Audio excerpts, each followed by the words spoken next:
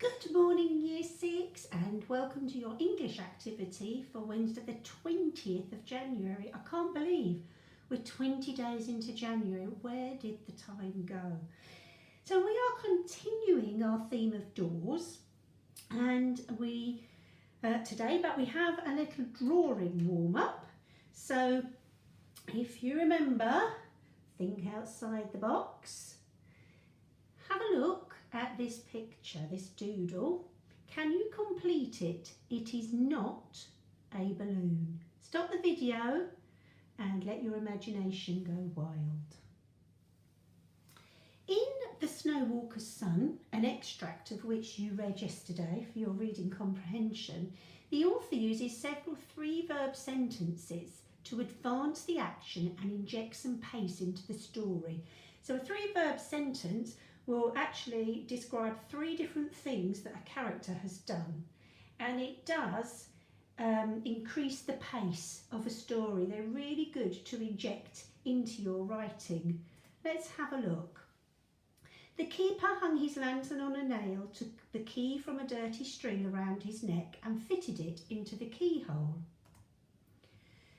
With both hands he turned the key, then tugged out the red chain in a shower of rust and pushed the door. He stepped well back, handed the stranger the lantern and jerked his head. Can you stop the video and write down the verbs in these three-verb sentences? Let's have a look. So the first one would be hung, took and fitted. The second sentence, it was turned, tugged and pushed. And the third sentence was stepped, handed and jerked.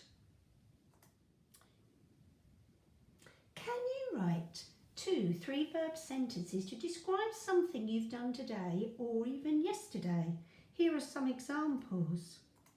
Sleepily, I fumbled for the alarm clock, switched it off and rolled out of bed. After dinner, I walked my dog, brushed her coat and treated her to some roast beef. Stop the video while you give this activity a go.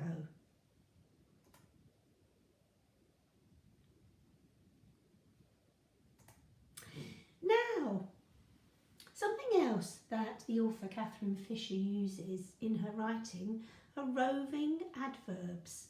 And this basically just means that the adverb in the sentence can go in several different places. So, the stranger entered slowly. Slowly, the stranger entered. The stranger slowly entered. It's your choice where you put the adverb, and it's really about reading your sentence back to yourself to see which position sounds the best. So can you rewrite this sentence at the bottom twice more, changing the position of the adverb? Cautiously, Samantha crept towards the door that stood before her. So here's the original sentence that I gave you. You could move the cautiously to here. Samantha crept cautiously towards the door that stood before her. Or you could move the adverb to the end. Samantha crept towards the door that stood before her, cautiously. I personally think the first two work very well. I'm not sure that the last example actually sounds correct. Now today you will be writing a paragraph to describe the day you spotted a mysterious door. Your paragraph will begin when you spotted the door and will end when you decided to open it. So we're going to have a look at an example. I think it's very important that when you are writing about this door, you have a picture of your door in your mind. And I will put several doors for you to choose from on Google Classroom. I've picked this door here and I'm using this door for my description. Now I'm going to write my story in the third person, so I need to think of a name for the character, and I want to drop straight into the action. So I want to imagine this character has seen the door. I'm going to call her Samantha. Samantha stopped. That is literally my opener. Samantha stopped. She stopped, excuse me, because she'd seen the door. So let's now build up a description of this door. And I'm looking at the door, which looks a little bit abandoned in this picture here.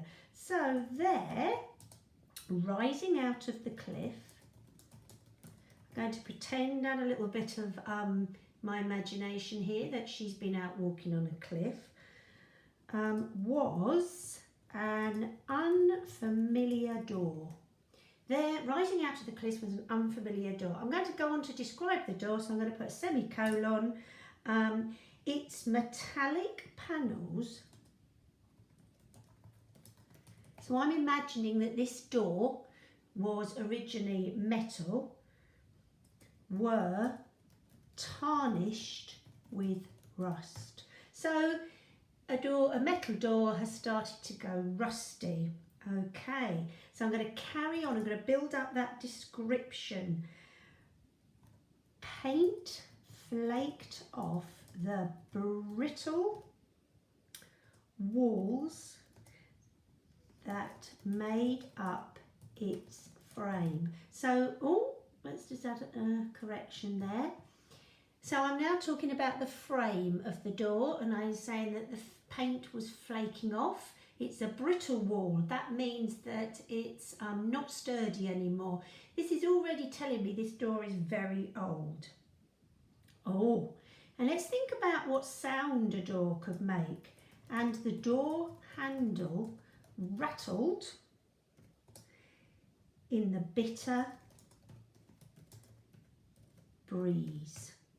So I have two sentences describing the door so far. There, rising out of the cliff, was an unfamiliar door. Its metallic panels were tarnished with rust. Paint flaked off the brittle walls that made up its frame, and the door handle rattled in the bitter breeze. I think I'm going to add a couple more sentences. There's loads to describe. I'm going to go on to this ivy. Okay. Oh, ivy grew around the edges, and it looks to me a bit like a haircut. So I'm going to say, and hung down like a fringe. And it's a fringe that needed cutting, really, much like my own at the moment.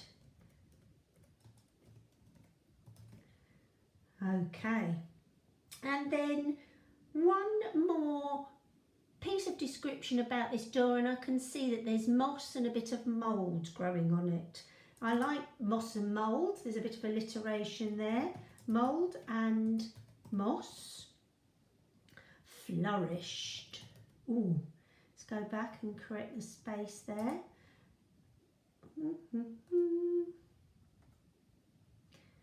Flourished, it just means it grew well, as it does on an old door that's been neglected.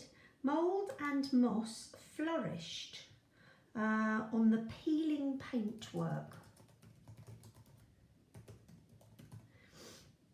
giving an air of neglect, most definitely, and abandonment. So let's just recap what we've done. We've started with a really short sentence to the point, told us what the character's doing. Then we've continued with some extended descriptive writing to describe this door here. Okay. What did Samantha do next? I think I want another one of those short sentences. Samantha looked around. She's probably looking around to see if anybody else was there. Was anybody watching her? What do you think Samantha did next? Well, I'm going to use one of those three verb sentences to describe it. Cautiously, she took a deep breath, stepped forward,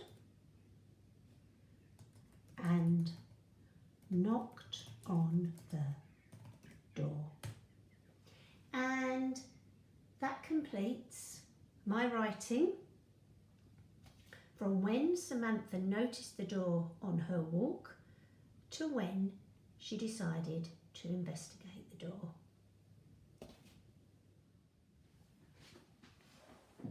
So let's just have a quick recap on the different types of sentences that we used in our shared writing there. Simple opener, Samantha stopped, drops the reader straight into the action, and then we began a series of sentences to describe the door. These sentences have got detail, they've got information, and they will help the reader to paint a picture of the door in their mind. Then we added another simple sentence, short and to the point, and really contrast with these extended descriptive sentences. And finally, we ended with a 3-verb sentence to say what Samantha did after she'd looked at this door, and we began it with an adverb.